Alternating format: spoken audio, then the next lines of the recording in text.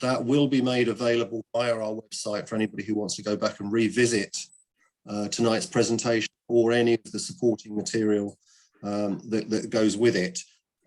Just a bit of housekeeping. Can I ask everybody to keep their microphones switched off for the moment while the presentations are going on, so we don't get any interruptions or background noise whilst people are doing their piece on screen. Anyway, into the main meat of the business. Good evening and welcome to everybody. We're delighted to see you again for the second of the Greenways to Green Spaces webinars, hosted here by Norfolk Association of Local Councils. We're joined this evening as speakers by Lee Cousins from Norfolk County Council. We're also very lucky to be joined by Nigel Boldero, who's from the Norfolk Greencare network, and he's going to talk to us about the Community Greening Initiative, and then two more council officers from Norfolk County Council, Laura Moore and Rachel Houghton. I'll now pass you over to Lee, who's going to take control of the presentation for everybody tonight. Lee. Thank you. Oh, hello everyone, and thanks ever such a lot for joining us today. The webinar is really about how your community is getting involved in the national attempts to try and save biodiversity, because biodiversity is in trouble, and it's how your parish council or your community fits into that. So the aims of the webinar is to give you the wider context of the projects and the initiatives of the Norfolk County Council, to give you some ideas and pointers with real life examples about how your parish council can develop plans and encourage and support the natural world, and also to find out about the Monument Project. And we've got my colleagues on the call as well who are going to be talking about that later. So first of all, nature recovery, it's a very exciting and fast moving picture, and I'm lucky enough to work within the teams who are really starting to think about how that's going to work. Sorry, I've got a phone call ringing me here. No idea why. So I work with the Greenways to Green Spaces project team, and this webinar, I'm afraid I won't be able to cover and answer everything, but it's going to be a starting point to make connections, hopefully between yourselves, hopefully to get some really good ideas. If you have any questions, please put them in the chat, and we will try and answer them later. Later on, there'll be some time to ask questions. If you've got any information or support your community can offer, please put that in the chat, because we can share that later. And hopefully this whole document, this PowerPoint presentation, will be a useful document for you and other people who aren't here tonight, because NALC are going to save it on their website, and all the links and everything will be on there. But the basic message is, here at Norfolk Council, out there in the communities, we're all learning together. So I'm hoping together this is the start of a really good learning opportunity. So without kind of getting too depressed about it, where are we in the UK? Well, unfortunately, the UK and biodiversity, it's not looking too great at the moment. And if you look at the figures with the Biodiversity Intactness Index, which is a kind of measure, if you look at Canada, which has 89% of its biodiversity intact and is at the top of the world in terms of its biodiversity intactness. Unfortunately, the UK has only retained 50% of its biodiversity, and that puts us really in the bottom 10% of the whole world. So we are one of the most nature depleted countries in the world, which I think is one of those things that when I first heard that, I was really shocked by that.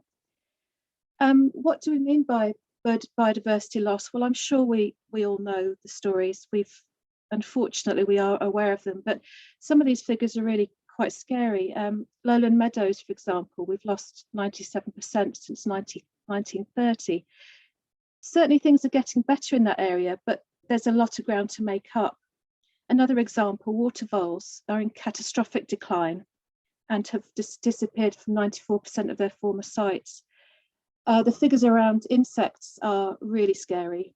and depending on what figures you see, it could be that we've lost 41% of our insects worldwide. And an example here, turtle doves, which is really shocking, 98% since 1970. So these are just some examples I've pulled out just to show that there are some real issues that we need to really get on top of. So what are the drivers of habitat and species loss? Well, I'm sure you're all familiar with them. Habitat loss, obviously through development, that's a massive issue. Climate change, well, that's going to have untold effects on our biodiversity. Habitat degradation, which means pollution and areas just not being managed in the same way. And finally, habitat fragmentation, which is something I'd just like to touch on here because it's really important in the rest of this webinar. So habitat fragmentation is when habitats are destroyed, leaving behind smaller, unconnected areas. And as you can see from these photos, there's some really, really kind of stark pictures here. I don't know where this is. This isn't Norfolk, but these pictures are Norfolk. And it just shows how scattered our woodland is and often not connected. Sometimes hedgerows been taken out. So fragmentation, it limits wildlife mobility. Individuals struggle to move between habitat patches, and this can lead to inbreeding and loss of genetic diversity. And it reduces the long-term health of populations and makes them more vulnerable to disease and greater risk of extinction. So habitat fragmentation is a massive issue, and it, of course, is a big issue within our county. So the opposite of fragmentation is connectivity, and that's one of the words of this webinar, really, connectivity, because that's really what we're all aiming for, is to connect up all these fragmented habitats to see whether we can rejuvenate the landscape and bring back wildlife corridors, green corridors, stepping stones. These are all words that you'd hear being talked about, and landscape scale recovery and restoration, which is of course the main aim. Just to show you about connectivity, so for example, if you have two very separate patches, the idea of connectivity is to try and link them up. So you have green corridors between them, so species and wildlife can move freely amongst them. So I just wanted to put that out there, that connectivity really is our aim. And I just thought some of these were quite nice to share with you. There's loads more examples out there, but these are just some ideas of connectivity, real life projects. This one I thought was fascinating. This is the line of the old Iron Curtain, and it goes through 22 different countries in Eastern Europe. And it's called the European Greenbelt, and the whole thing is actually a nature reserve, which I think is fantastic. And who knows if we'll ever get a chance to see that in the current situation. This is a wildlife bridge in Singapore, and you may have seen these on Facebook and various other things. It's a fantastic idea of connecting across roads, which obviously drive through the heart of many habitats. This one, Plymouth, is one of the most connected cities actually in the UK. It's really interesting when you look at it. They've won awards. They've got bee corridors running throughout the city. This is Montreal, green alleyways. So obviously these alleyways used to be kind of just tarmac, and now they've all been kind of greened over and just look really beautiful. This is Ken Hill, which I'm sure you're aware of in our county, a really good example of a wilding project. And this one I put in Longswood at Renningham. If you haven't been there yet, I'd really recommend you go and see it. It was planted about 25 years ago, and it's now a really, really important stepping stone for wildlife in the farmed landscape. So looking at where we are with biodiversity, and obviously we are in a perilous situation, the Environment Act, which was enacted in November 2021, it's just been enacted. It is going to be, we hope, a turning point for nature. And it's on the back of the Lawton Review, which was 2010, which was called Making Space for Nature. And the idea of that is more, bigger, better, and joined up. And that's really how we're going to save our wildlife and biodiversity in this country. So the Environment Act one of its key features is to reverse nature's decline, a legally binding target to halt the decline of species abundance by 2030. So that's not that far away. And here's a quote that Prime Minister Johnson has committed to 30% of land and sea for nature's recovery by 2030. And that echoes the call by conservation organisations, 30 by 30, if you look that up. One of the things that this nature recovery is going to be delivered is through local nature recovery strategies. And that's going to be Natural England working with a whole range of organisations to set up, first of all, maps and then hopefully delivery of where species and where habitats can be joined up, where green corridors can be created. And they're going to join together to make the Nature Recovery Network, which is going to be national. In our county, Norfolk County Council is the responsible authority to write this local nature recovery strategy. And we're at the very early stages of writing that now, but that work is underway. Just very quickly, as I said, these slides are going to be in this presentation. So some of the ones I'm going to go through really quickly, but you may just want to have a look back at some point. Why should we be fairly optimistic about Norfolk? Well, we all know it's a fantastic county and there's many protected areas and landscapes within it. And I just thought this would be useful for you to see. Specifically, actually, in terms of parish councils, really interesting to see there's 1,330 county wildlife sites. And they're smaller sites that you might well have many in your area.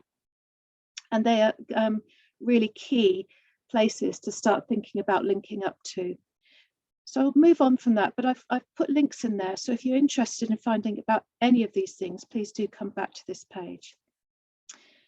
So filtering down from national policy, we now move on to Norfolk County Council, the environment policy, which will be shaping Norfolk County Council's policy decisions for the next 25 years. And in terms of this webinar, the three key areas to focus on are recovering nature and enhancing the beauty of the landscape, helping improve people's health and well-being by using green space, and planting more trees to improve biodiversity as a potential mitigation for climate change. So I've picked those out, but if you did want to see the whole of the environment policy, there's a link here, and it's a really good and interesting read to see what the direction of travel is in Norfolk over the next 25 years. Going down even further, as I say, I'm lucky enough to work for the Greenways to Green Spaces programme, and this is how that is delivering against the environment policy aims. These are the main bodies of work. So creating a pollinator action plan to help protect and recover nature. That's currently being refreshed and looked at again.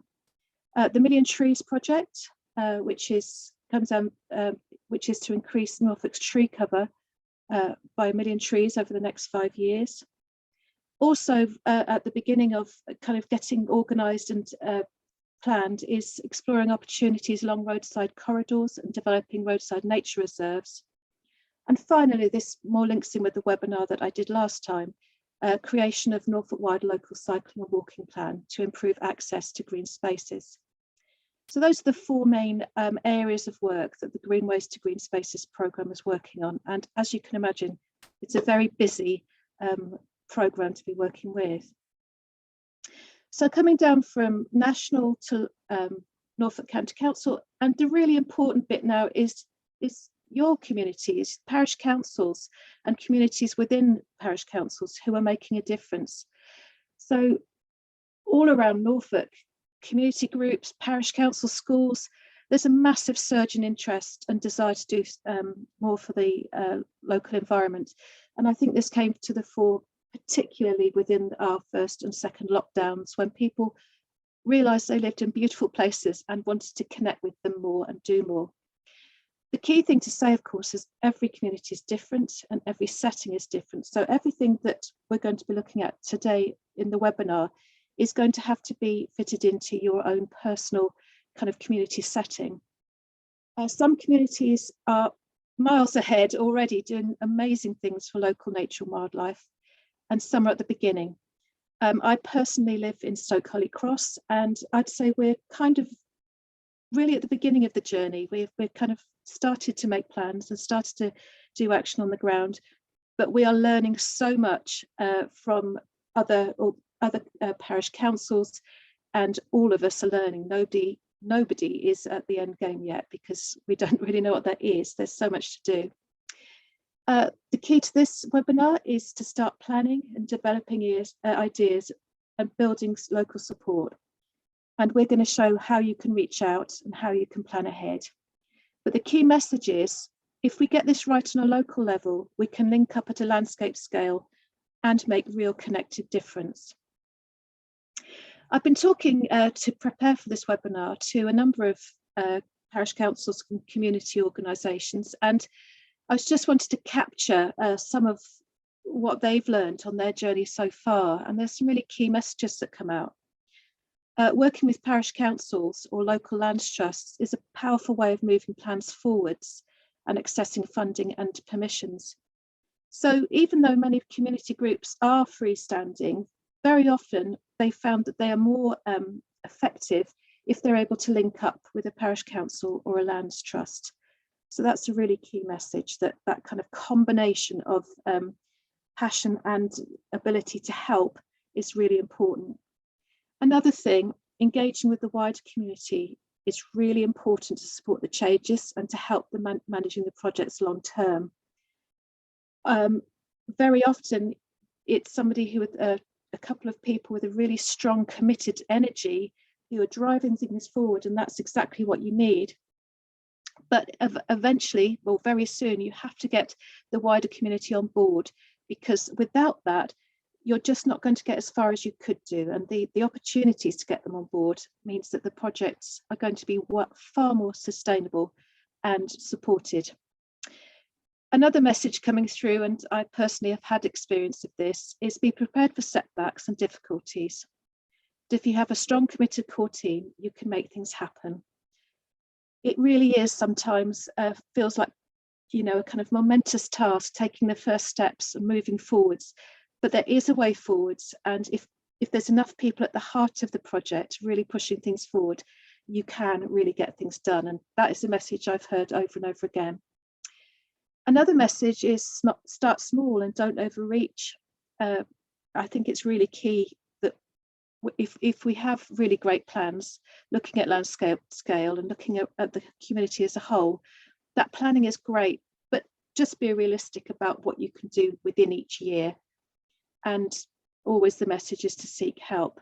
And another big message is connect with the experts in your community. It's amazing who's out there, and we'll find some examples of that later. Okay, why is it important to plan ahead? And I suppose many of you have already gone through this cycle. There's so many things to think about when you're planning ahead. Tree planting season, it's very, very tight. It's the end of November to early March, really. That is your tree planting season, unless you're going to be planting trees in pots, which are far more expensive and far more difficult to care for. So you've really got to have a really good lead-in time to that planting season. Then when it comes to wildflower seeding, again, there's certain times of the year when it's best for that. So getting the seeds ready and having the soil prepared, all of that has to happen with really good lead-in times. Then, of course, the lead-in time for funding, because that can be very variable. Need to get the community on board, ready to start the practical work, ready to deliver the work, and also to look after anything you've put in. Also, there's time for fact-finding from other communities.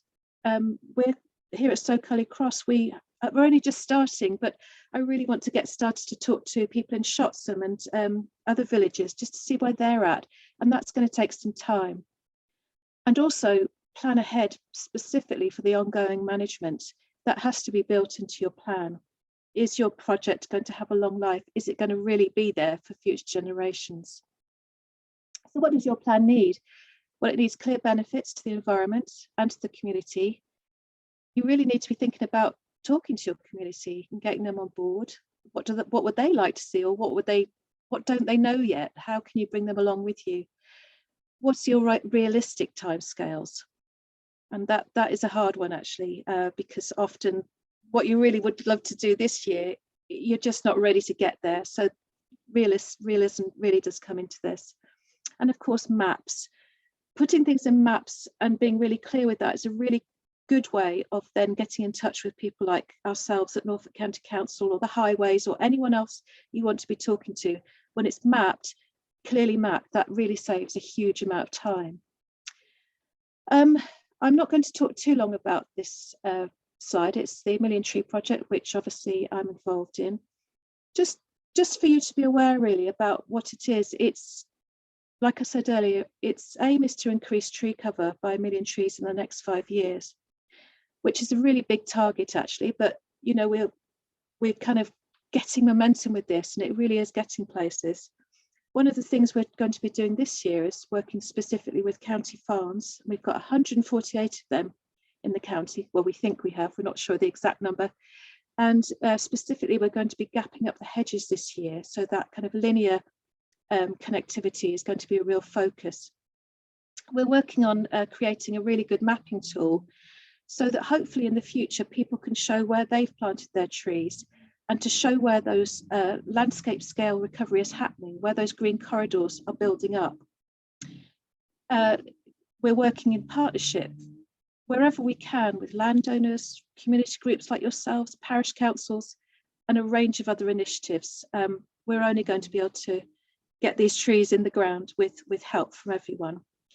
We're also able to give advice and hopefully give links to new funding opportunities. And we've got lots of advice on right tree, right place, right reason. I've put the link there to our website, and please do have a look at that and see what our project's all about if you're not sure yet.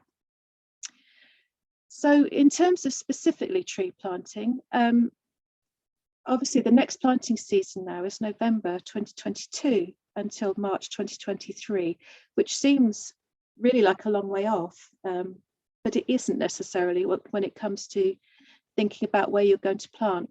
And these are just some questions to be thinking about within maybe your parish council or your community group. Where do you want to put the trees and hedges, and why? And that's a question I'd never really asked before. I kind of, because I work with tree planting in my own community, and it was just a kind of thing, let's get as many trees in as possible, but why? It's a really good question to ask yourself. Is it going to be to create a green corridor? Is it to add beauty and shade? Will it help with flooding? Will it help local wildlife? All of these things. But it's really useful to have a really good idea about why you want where you want to put the trees and why. Do you have a tree warden network?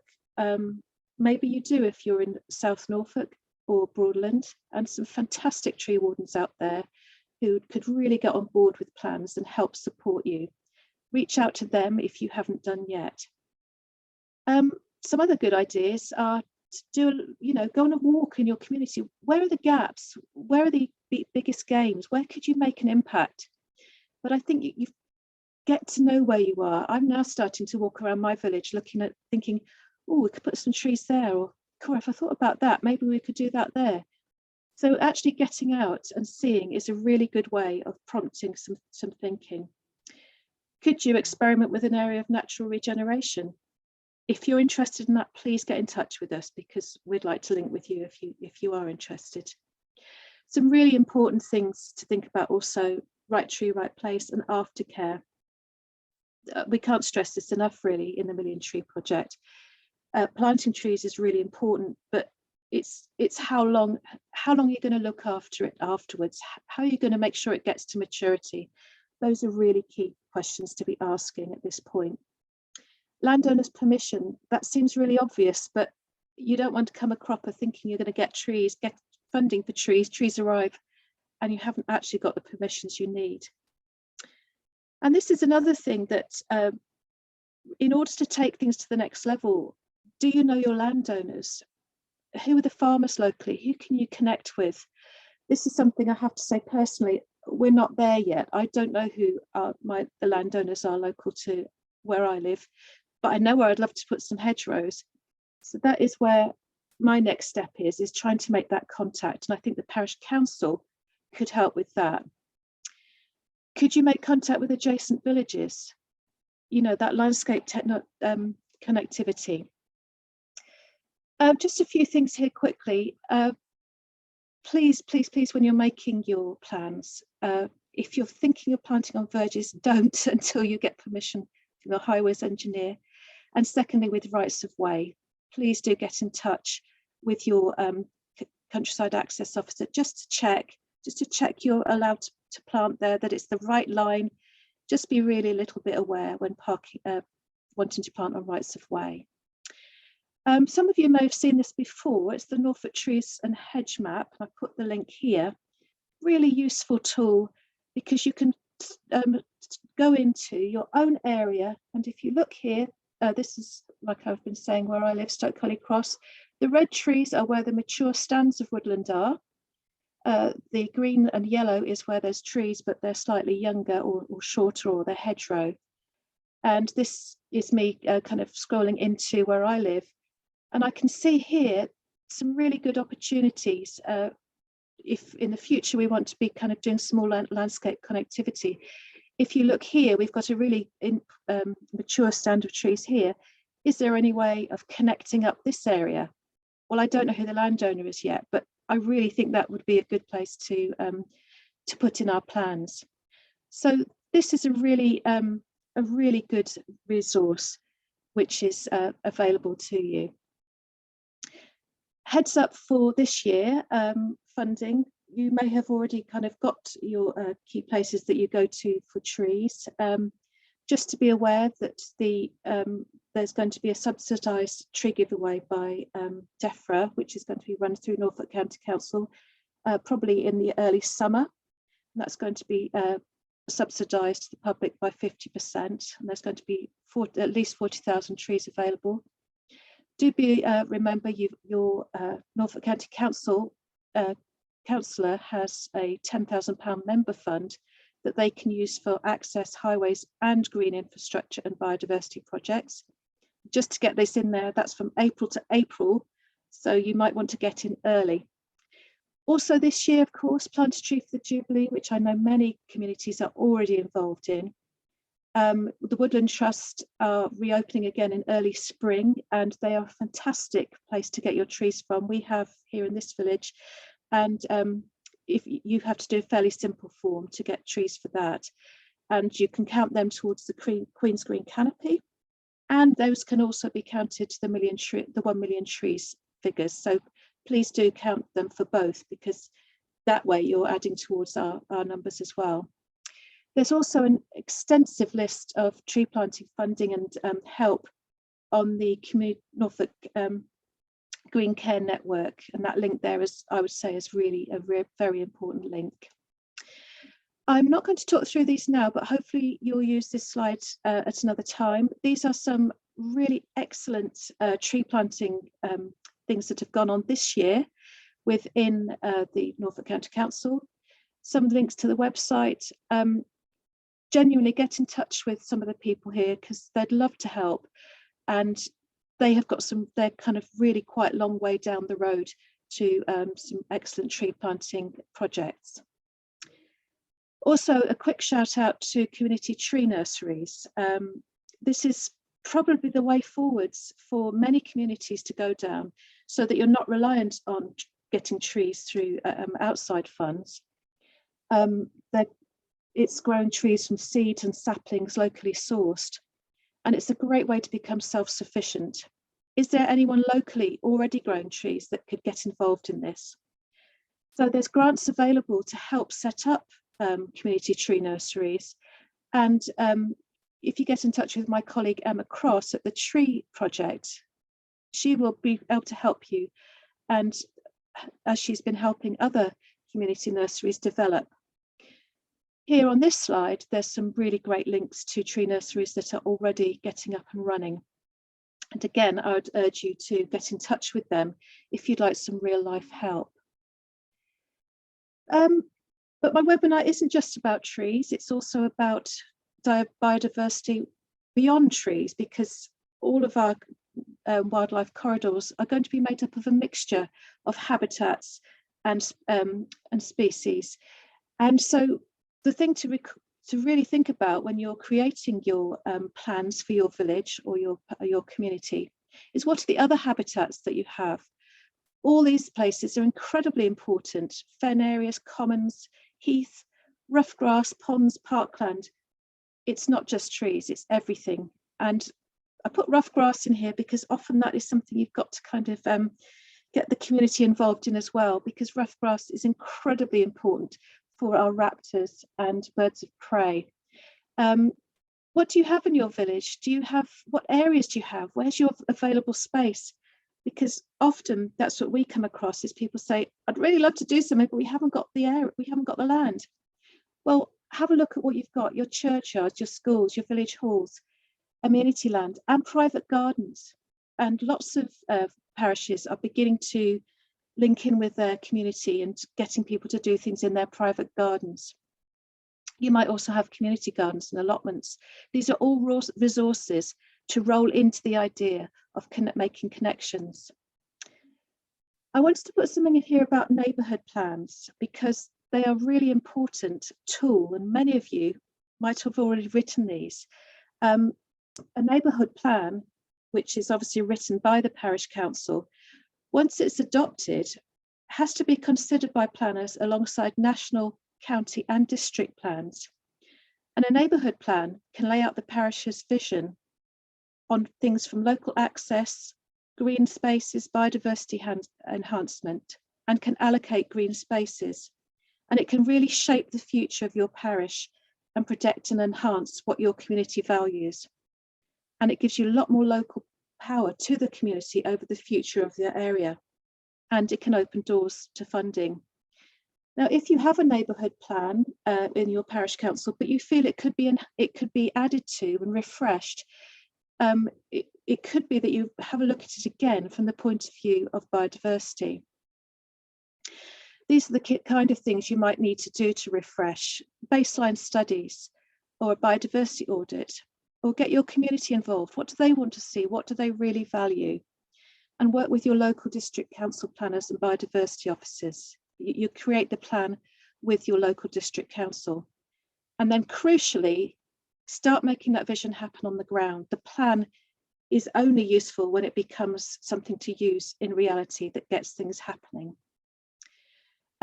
I just wanted to do a quick talk about Dilkebro, which is in South Norfolk. A gentleman there called Alan Patching, who very kindly has put his contact details on there, and he's very happy for people to get to talk to him about Dilkebro neighbourhood plan. It sounds absolutely amazing what they've done there.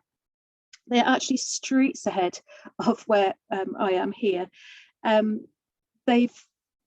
They engaged early with the neighbourhood plan because there was a call to develop local sites for housing, and they wanted to get on the front foot. They wanted to be able to recommend where and where not to develop, and they wanted to have control over the process. So they got their neighbourhood plan up and running a couple of years ago. They had three main areas: transport, housing and biodiversity, and really strong subcommittees were set up. The biodiversity group, now, which came out of that neighbourhood plan, is really empowered to make things happen on the ground, and biodiversity is ingrained through the plans of the whole village. It's actually, written there now, and that gives them a lot of support from conservation groups and other organisations who are there to help. So they've really got on the front foot and are very much at the forefront of greening their community. They found local experts in bats and moths. I mean, literally come out of the woodwork. These people who've been creating data and records for years they didn't know they were there, and they're building up such an important stock of information about the biodiversity in their community. And what Alan was telling me is there is a really cohesive approach now across the village. So do please get in touch with Dilkebro if you feel that you'd like to get some more information about neighbourhood plans. I'm not going to talk about this slide, but if you do need to use this as a resource, this has come from a very helpful colleague of mine, and it shows you, it's lots of links to how you can either refresh or write your neighbourhood plan. And this is a little slide about the Norfolk Biodiversity Information Service, who are based in Norfolk County Council. They're fantastic people who keep the local records on all of the species and geodiversity and habitats and protected sites for the whole of Norfolk. They've got loads of data and they want to use it. I've put the link there. But when I was speaking to Sam Neal, who's in NBIS, he said, all wildlife is important. What is common today may be rare tomorrow. So Norfolk Biodiversity Information Service is interested in all wildlife, and they can actually help you if you're interested in getting a baseline studies or a range of maps for your neighbourhood plan, or just for a more informal plan.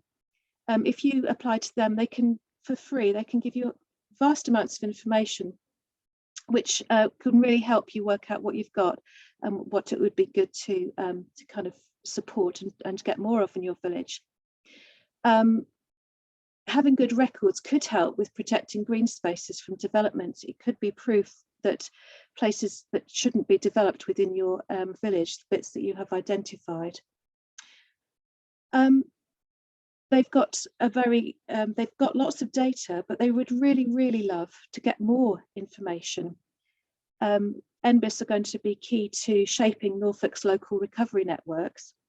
And when I was talking to Sam Neal, he said, please do get in touch and send any of your records to him or to NBIS, because local knowledge is vital. So they're very keen to work with you. If you've got some good records, please do get in touch with them.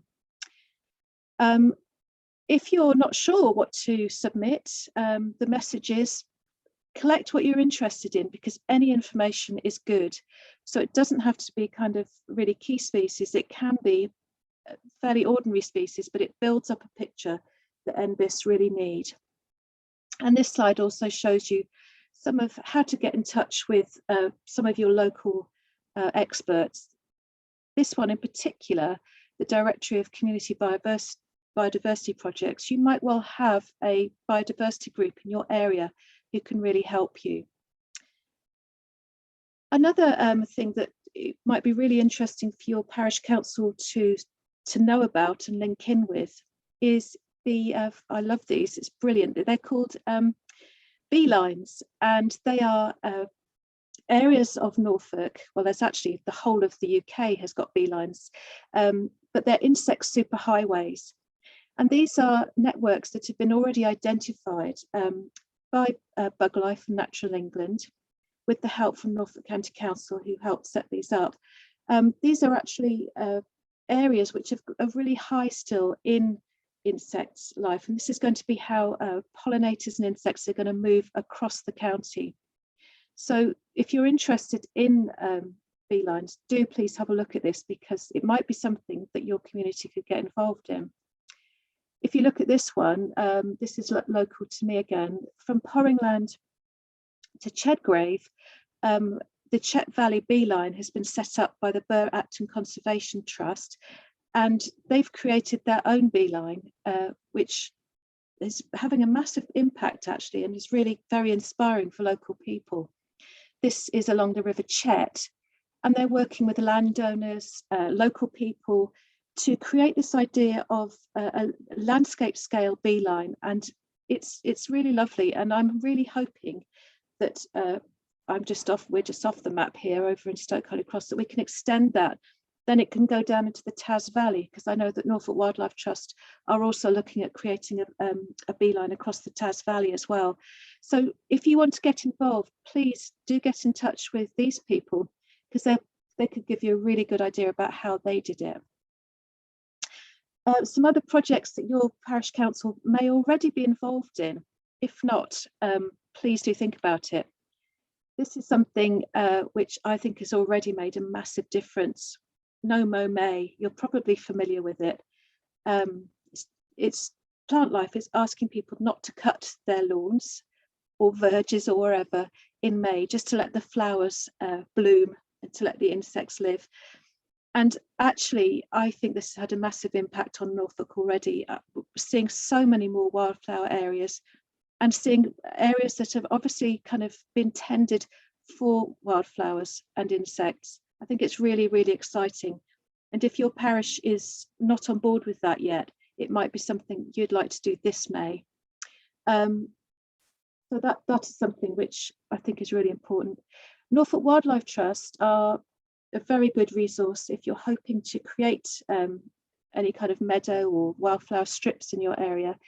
They are always there to help. They are incredibly helpful. Norwich TCV, again, they can help you, the Fringe Project. And also in the Norfolk Greencare network, a lot of information about wildflower management. I put in here Wild East, which is something that you might want to get involved in, pledging 20% of your village maybe, or gardens. That's another thing you might want to get involved in. Roadside nature reserves. This is a very developing area, and I haven't got all the up-to-date, well, the up-to-date information is that it is being developed. There are 112 current roadside nature reserves in Norfolk, and they have designated for their floristic value, and they have to meet a certain criteria. They're very, very special areas that have got very high floristic value. Norfolk Wildlife Trust is our partner on that with Norfolk County Council. And what parish councils can do is nominate a verge, but do a full survey first, and there's a formal process to undertake.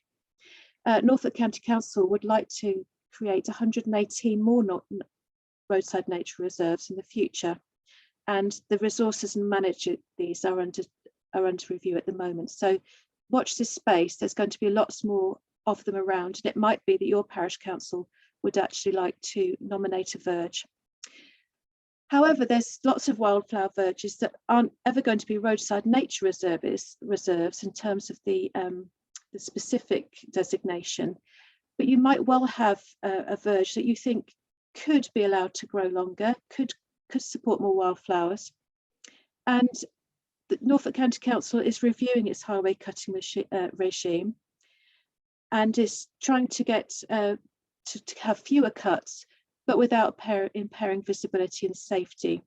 And again, watch this space, because this is very much a developing area, the roadside verge cutting. If you and your parish council would like to manage your verges more sympathetically, the best thing to do is to contact your local highway engineer and discuss with them what the best way around it to do it on a local agreement level. And there are certainly options to do that, and I know that many parish councils are trying to do that. Okay, well, thank you for listening so far. I'm now going to hand over to Nigel, who is the convener of the very brilliant Norfolk Greencare network, and he's going to explain to you about that.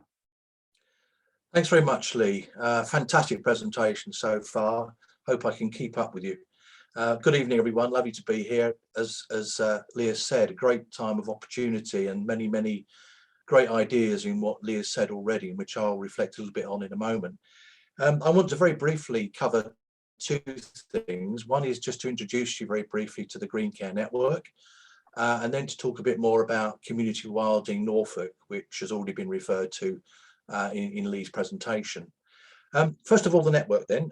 It's an entirely voluntary network, been running about 2 years, set up just before the pandemic struck, and really based on the feeling that there are lots of great projects out there focusing on enabling people to connect with nature in different ways, and through doing that, promoting their health and well-being, perhaps aiding in recovery or managing ill health in a positive way.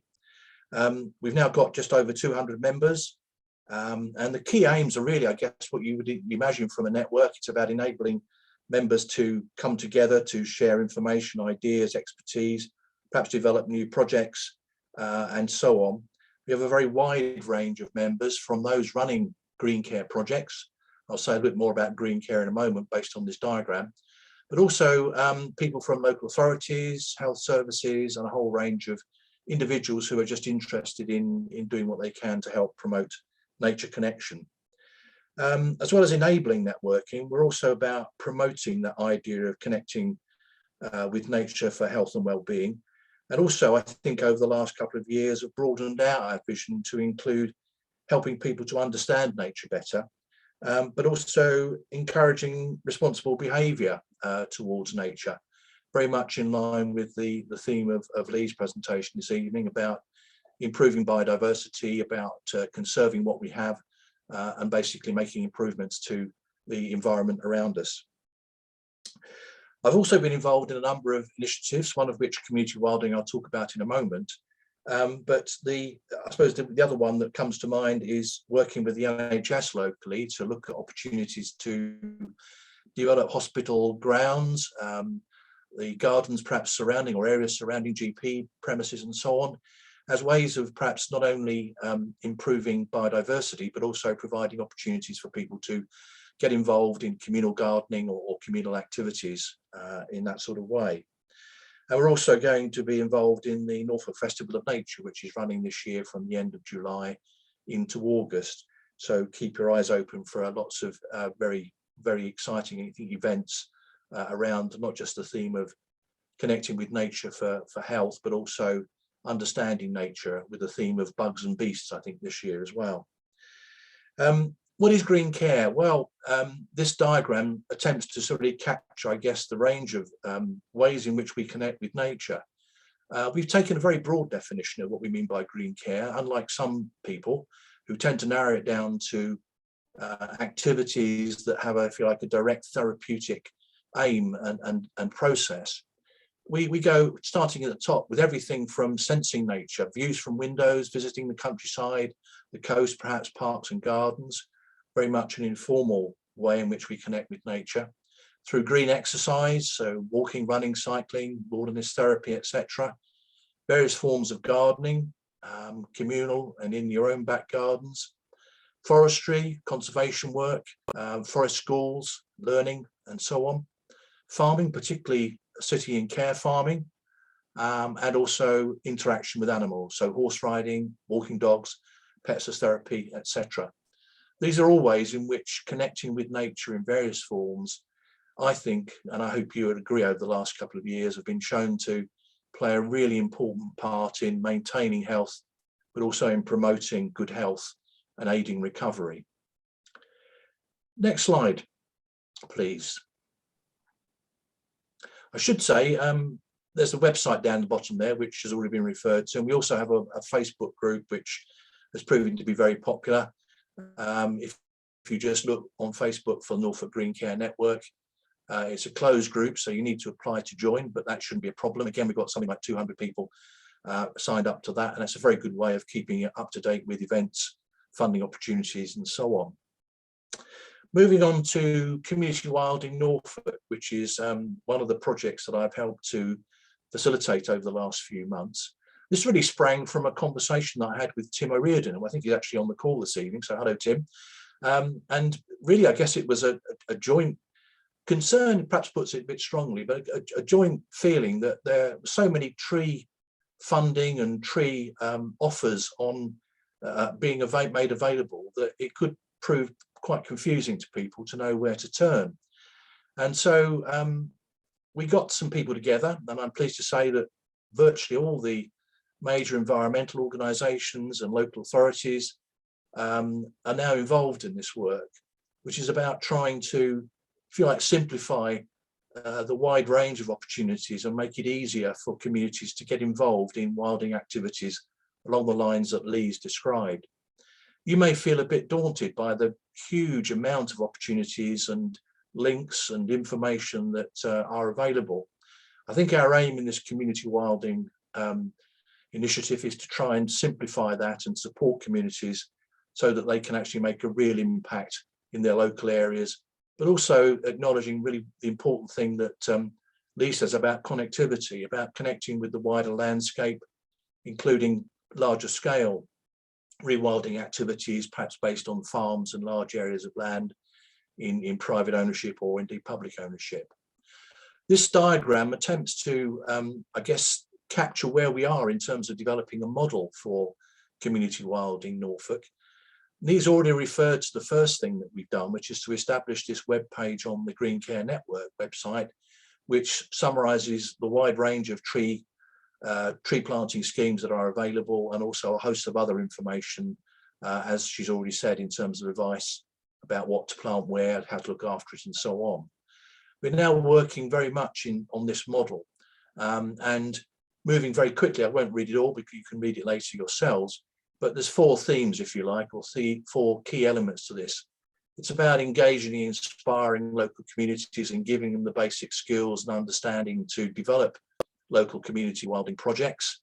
It's about understanding the place that they're in, looking at potential areas for activities, using available information on landscape and the ecology of the area, and coming to some view through assessment of what perhaps could be done to beneficially improve, if you like, the conditions for biodiversity in those places.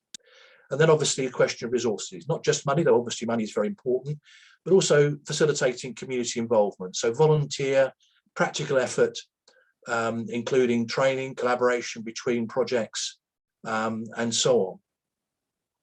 And then finally, impact, making sure that we actually monitor what has been done, looking over time at the impact of that, and also obviously ensuring, as Leah's already mentioned, the importance of sustainability. So maintaining action, if you like, in the sites that have been rewilded to make sure that they continue to provide a very positive contribution to biodiversity.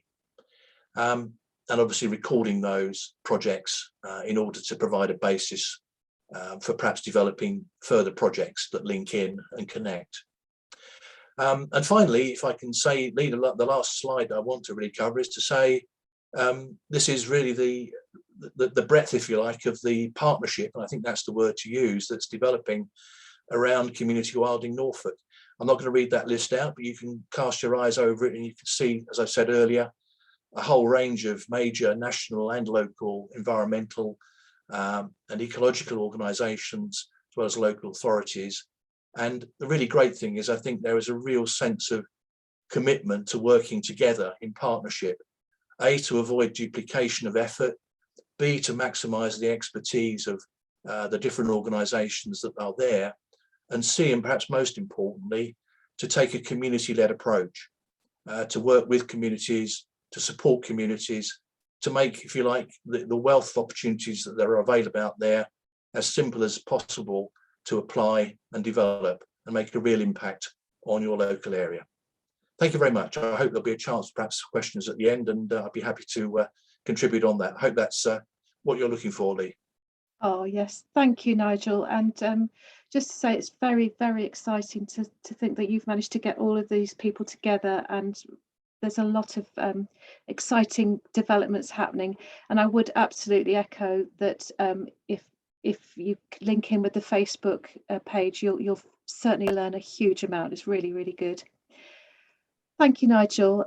Okay, the next little bit is my colleagues Laura and Rachel, and they're going to tell you about the Monument Project, which I'm really looking forward to seeing this because I think it's a really exciting project. Are you ready, Laura and Rachel? Yes, thank you. Lovely. I'll hand over to you then. Lovely, thank you. I'll just introduce myself. I'm Laura. I'm the full-time outreach officer for the Monument Project. Hello, good evening. I'm Rachel. I'm the part-time outreach officer for Monument.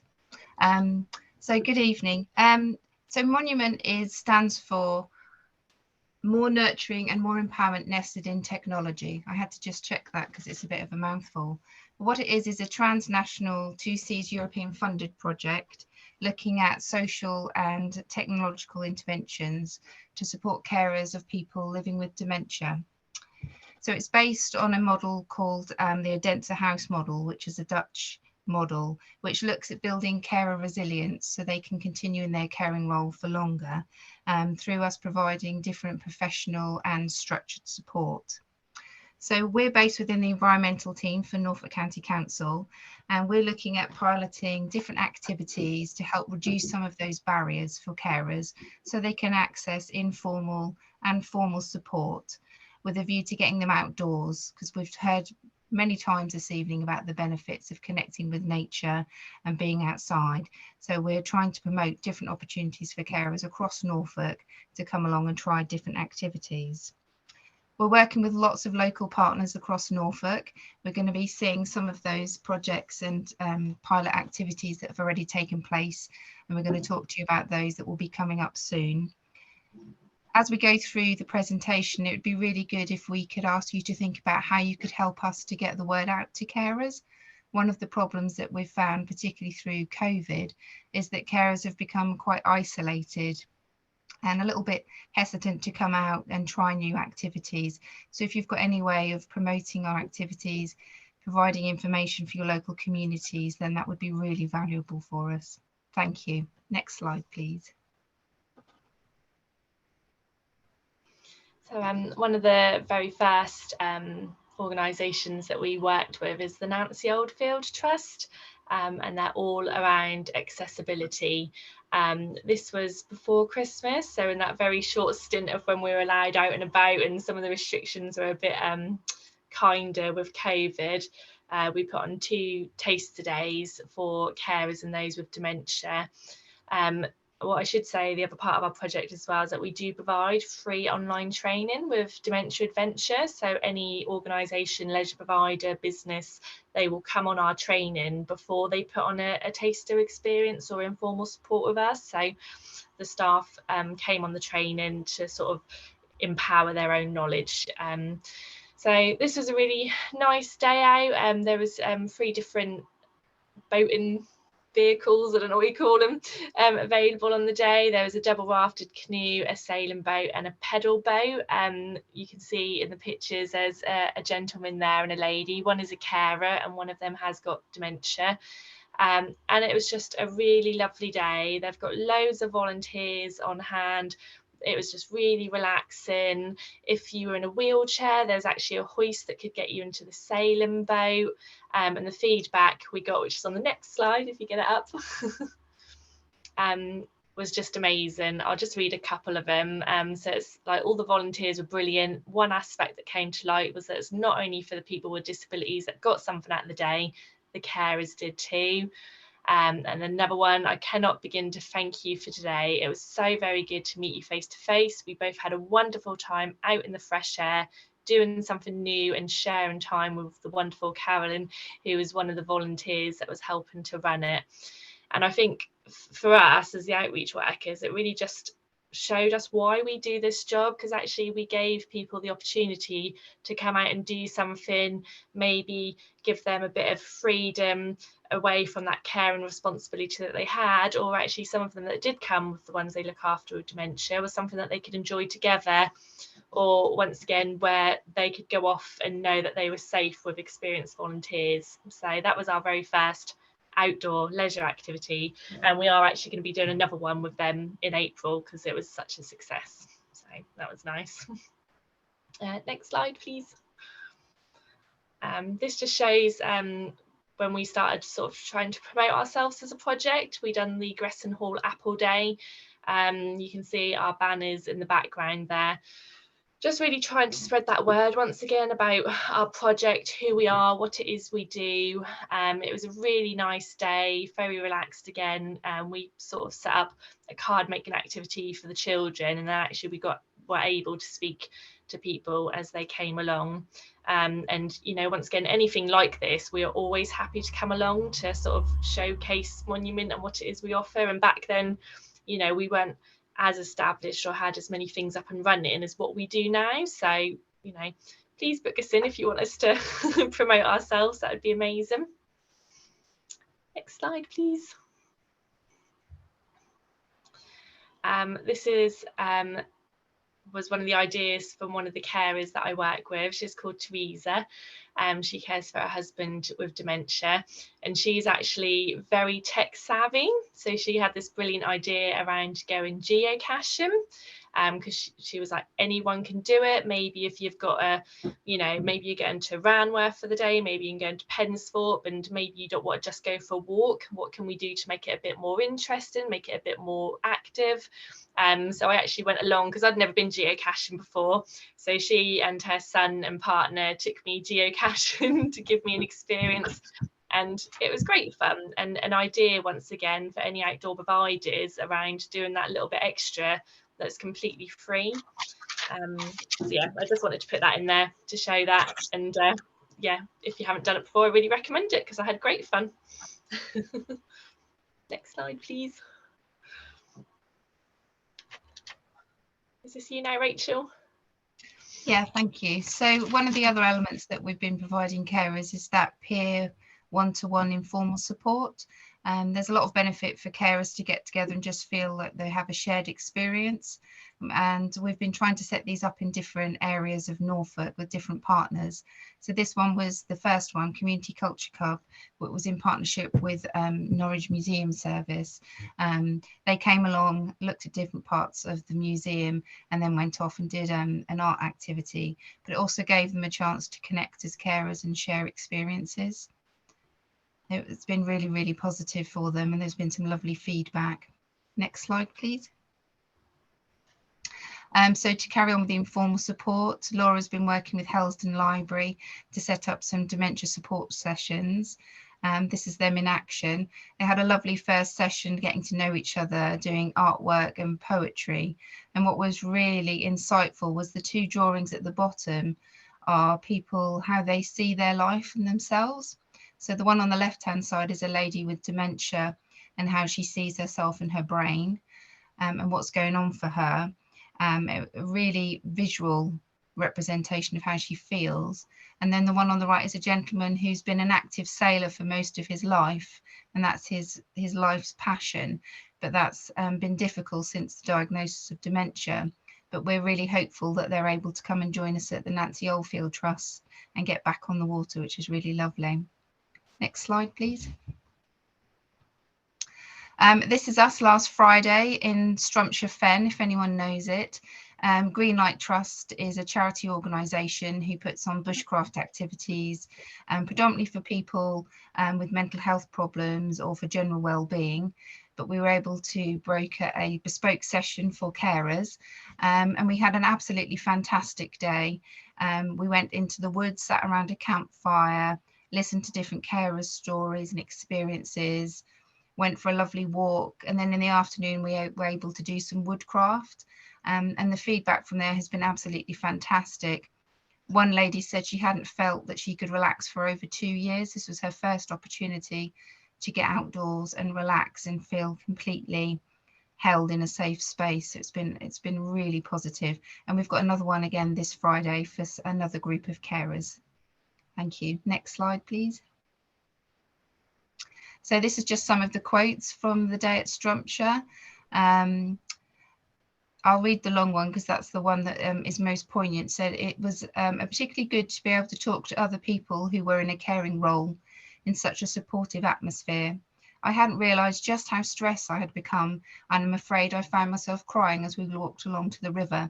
But the lovely lady I was walking with, who was caring for her mother, was so gentle and understanding that afterwards I felt much better. So it just shows how powerful it is just to be in nature and connecting with other people and your environment. Thank you. Next slide, please. So this is a look at some of the other things that we're very excited about that we've got coming up. So we've got various different sessions for informal support. They're at different community venues. So right from a mental health drop-in to a local pub, which we're rather excited about, and also cuddly cavies, which is where you can go and cuddle a guinea pig for therapeutic benefits. So we've made some really new and interesting partnerships there. And then with the leisure activities, we're offering people taster days. Watatunga Reserve, that's fully booked. That got booked up very, very quickly. As we've mentioned, we're going back to the Nancy Oldfield Trust. We have a taster day with our partners at Gresson Hall, and Ranworth are hoping to give us a taster day through the Norfolk Wildlife Trust. And then after we've delivered all of those, will be round 2 of looking for different partnerships and different opportunities. So if you can think of anyone that would be interested or a partnership that we haven't yet made, we'd really love to hear from you. Thank you. Next slide, please. So this is just to say thank you for listening. You've made it through to just gone 8 o'clock. So if you're still awake, congratulations. Powered by caffeine, hopefully. This is information about how you can contact us. So our email address it'd be fantastic if you could all sign up to our newsletter, so you'll get updates about what's happening and what's coming up. And if you can pass that on to anybody who you think would benefit from hearing that, that would be fantastic. And if you wanted to speak to any one of us individually, then our contact details are there. Thank you very much. Thank you. Oh, that's lovely to hear that. I mean, I know your project, but just to see that impact it's having is just really moving. So thank you for showing that. And it just shows that within our own communities, there might well be people who really need this support, either through the Monument Project or just parish councils really engaging with carers and people with dementia and helping them get out and enjoy the green spaces in your local area. And I know Rachel and Laura would love to hear from you if you wanted any support on that. Okay, well, you've, like Rachel said, you've done ever so well listening. We've whizzed through quite a lot of slides, and this is the last one. But I just wanted to say that every community counts in making Norfolk greener, healthier and more connected. We can all make a difference, and that's a really exciting message, whether that's greening your community, like we've been talking about, or helping people in your community to connect more with it, which is equally as important. So thank you very much for listening. But I would ask, there's one thing I'd really love to know, and you can put this in the chat or you can get in touch afterwards. This is the second in a series of webinars that Norfolk County Council has run. First one was on rights of way and access. If there's any further training or advice you'd like around these areas, please, please, please get in touch and we can see how we can help and support you. It might not be Norfolk County Council, but it might be one of the partners that Nigel was talking about. You can put that in the chat or you can contact me at this email address. I'm very happy for you to do that. And just as a reminder, this is if you want to get in contact regarding community tree nurseries. This is Emma. This is Nigel, who's again somebody really great to connect with, as you've heard, and Rachel and Laura. So thanks ever such a lot for listening, everyone. And if you've got questions or if there's questions in the chat that that we want to kind of go to, I'll ask Pete to speak up because I can't see you on the screen, Pete. Okay, right, we'll just come back you. in screen again. Thank you very much, everybody. There's a lot of really interesting stuff there for all of us. Before we actually start getting into the questions that I know people have already started posting, I'll just say that as well as the presentations and the supporting documentation, the chat will be made available on the website afterwards as well. So if people have got ideas, projects, pointers they want to put up for other people to follow, then we can use the chat for that as well as posting questions. We'll start working through some of the questions that have been posted on the chat, and then perhaps we'll have some time for a more open session. But I don't know if this is one for you, Lee, but Susan asked early on how PCs who've don't have very much land, whether it's still possible to get a few trees from the Million Trees project rather than necessarily having to look for planting large stands or large chunks of woodland. Is it still available if you just got one or two trees? Oh, absolutely, definitely. Well, the Million Tree project is for the next 5 years anyway, but a really, really good way of getting a smaller amount of trees would be to contact your county councillor, and there's I can help you with those links if you need them. But they have a £10,000 discretionary grant that many of them have been very, very generous with. So if you did want to just get a few trees, that would be, I'd go that way, or maybe the Woodland Trust. You don't need to be, I mean, each tree is going to have a massive impact. You know, it's really important because it's not just the landscape scale conservation, which I've been talking about, it's the impact of that tree in your community. And so, yeah, all trees are important to us, and there's lots of help out there. Okay, it's really good. Malcolm asked whether you've got any recommendations about how engage with developers to ensure there's a better balance between housing needs and green space. This may actually be something that others on the call tonight might want to contribute to. Hopefully not too many negative stories. Lee, any of the other speakers got any bright ideas about how we can get developers to be a bit? Nigel. Yes, thanks. I mean, not an easy one, but just to say that it's something that through the network we are looking to try and influence. You know, there are key players, aren't there, in terms of placemaking. There are planners, there are politicians, parish councils, developers, and I think we need to try and reach all of them to get across some of the, if you like, the good thinking, the latest thinking on green infrastructure. I know for one thing, in the Greater Norwich growth area, the green infrastructure strategy is currently being reviewed. So, you know, there's an opportunity to get in there and perhaps get some policy level decisions made that will influence what is actually allowed through the planning system. Yeah, and I think, as Lee touched on, if a parish has got a neighbourhood development plan, that can include Absolutely about green space and trying to protect certain areas.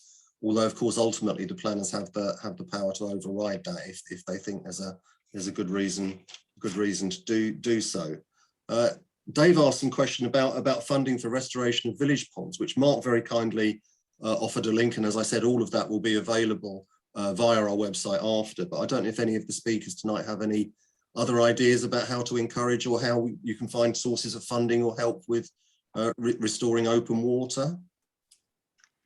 Well, I do know that Norfolk Wildlife Trust are very good at the kind of pond ecology and helping parishes to get their ponds restored. So that would be one of my first points of call. I would try and get in touch with Norfolk Wildlife Trust.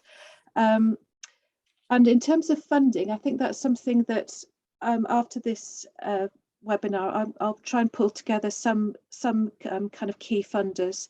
I haven't done that yet, I'm sorry, but I can send that to you, Pete, to share with the people.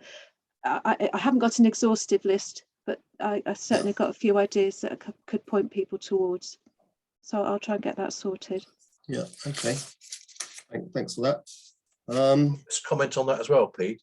Indeed, yes, Nigel. Yeah. I mean, I don't know much about it, but I believe there is a Norfolk Ponds project, and I think they link in with Norfolk Wildlife Trust in particular. I may be wrong in that, but other people, maybe Tom from the County Council or Tim, know a bit more about that. But I would think they are a good source of advice and perhaps practical help if you've got a pond project.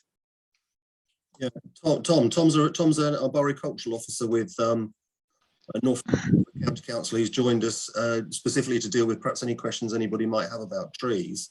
Tom, I don't know if you have any observations on that.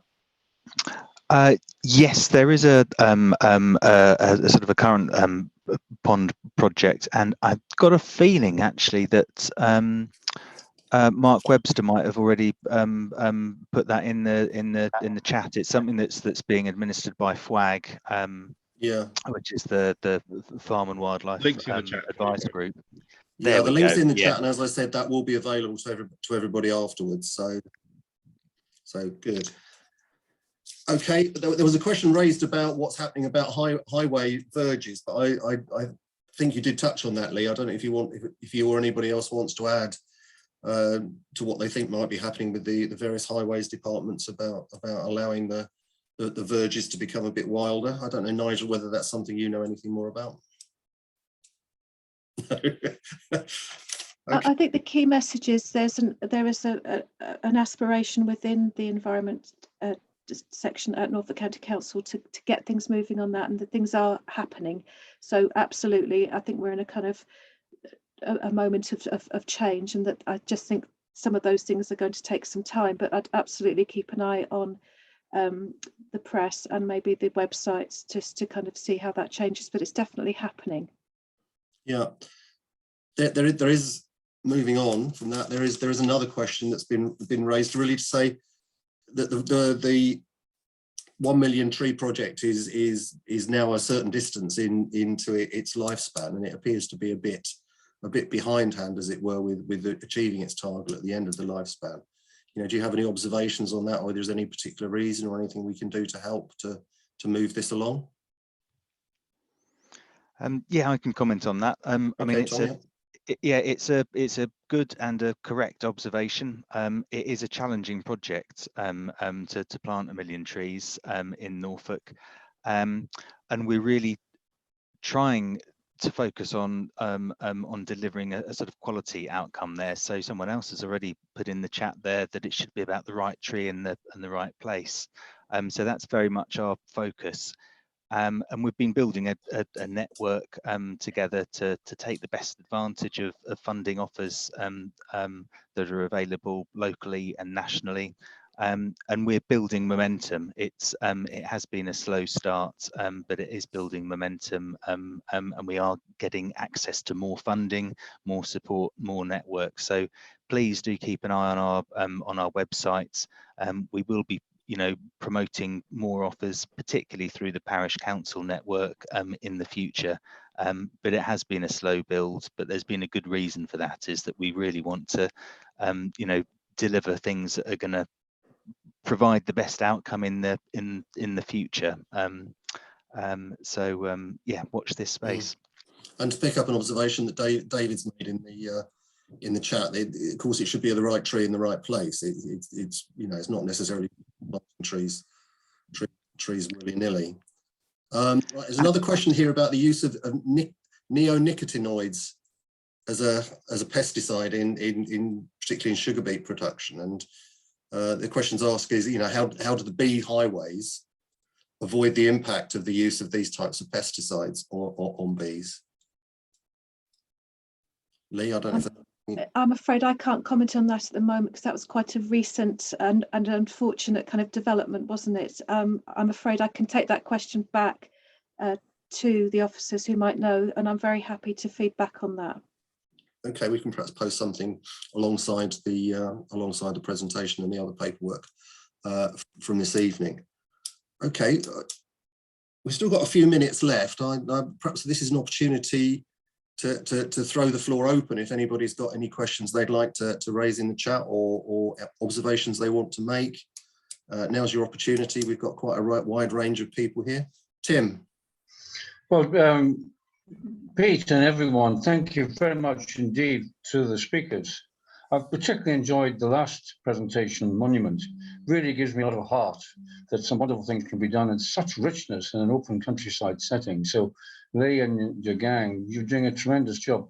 I don't think the average member of the Norfolk scene, I'm not entirely including myself, but majority of people realize just how much is going on in the county, how many different strands of work there are, how many people are involved, what creative thinking is going on.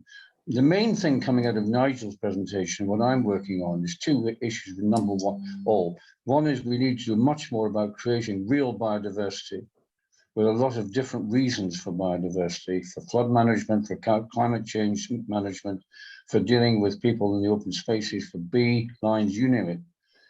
So there's a much more creative connecting up, and Lee's presentation was really rich in showing that kind of presentation can be brought together. And the big issue over the next 6 to 9 months and again into next year is the connectivity. I think we really got to spend some time on that. But there are people in UEA and there are people elsewhere who have got the maps, have got the tools to improve that connectivity. And I think we really need to get the ALC into giving parishes a kind of links that they can show that by putting something here and putting something there, it's much better payoff for biodiversity than doing it in a kind of random manner.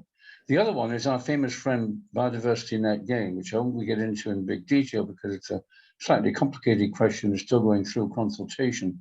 But in effect, the development process in this county should now be a fund creating force for biodiversity enhancement. And we're finally getting to the point where the action of development is beginning to create resources for people to invest in improving the biodiversity connectivity and the richness of the county in all the ways that Greencare and what we heard from Monument can be done. I think we have to spend a bit of time now with the planning profession right across the county. It's mostly a district issue, but it's also a county issue, because I'm afraid to say highways departments are sometimes more concerned about safety than they are about flowers. I think we need to be very, very excited about the potential of really bringing some resources at the local level, the level of the parish, especially the connected parish, where parishes can work together in groups like Lee is talking about, Stoke Holy Cross and Swartston working together, or Pollingland working together. We get really big payoff in the next year if we start doing that. So I'm redoubling my efforts, and Nigel knows all this. to get this kind of connectivity funded in part by the development process. For the first time, we can see development as a power for good, because in some cases, for many countryside people, development is seen as potentially an enemy of the biodiversity scene. We don't need it any longer if we get our act together. Thanks for that, Tim. Has anybody else got anything they want to raise about, other questions or observations or advice, pointers to anybody? Right, Rachel, you posted something. You just wanted to come in and mention something about Active Norfolk. Is that right? Yes, thank you. Yes, and thank you for that lovely feedback. It's really nice that it's impacted people. It was just to pick up really about getting more information out to people to know what opportunities are on their doorstep or further afield. Active Norfolk have completely revamped their activity finder. It's a really good resource that's evolving all the time. So I'd encourage people to go and have a look at it. It's called Every Move Activity Finder, and you can search for a particular activity with different criteria, and it should show you everything that's available within that parameter. So you can look for a walking group to a yoga group to all sorts of different things to get you active. So it's a really good resource. Okay, thank you. Nigel, you've got your hand up. Thanks. Yeah, it's really just a question to parish representatives here. I don't know how other people feel, but I'd be really interested to hear, you know, where you're at in terms of what we've been talking about. What stage are you at? Are you the sort of stage that Lee's described, or a bit further back in the process, or a bit further ahead? I'd be really interested to hear that, if that's possible. Anybody else wants to respond, or you can just post an observation in the chat if you, because as I said, that will be available to everybody afterwards. No, okay. Well, as I said, there will be. Yeah, sorry. Sorry, I don't know. You want to know? LMC Brian has got your hand up. Do you want to say something?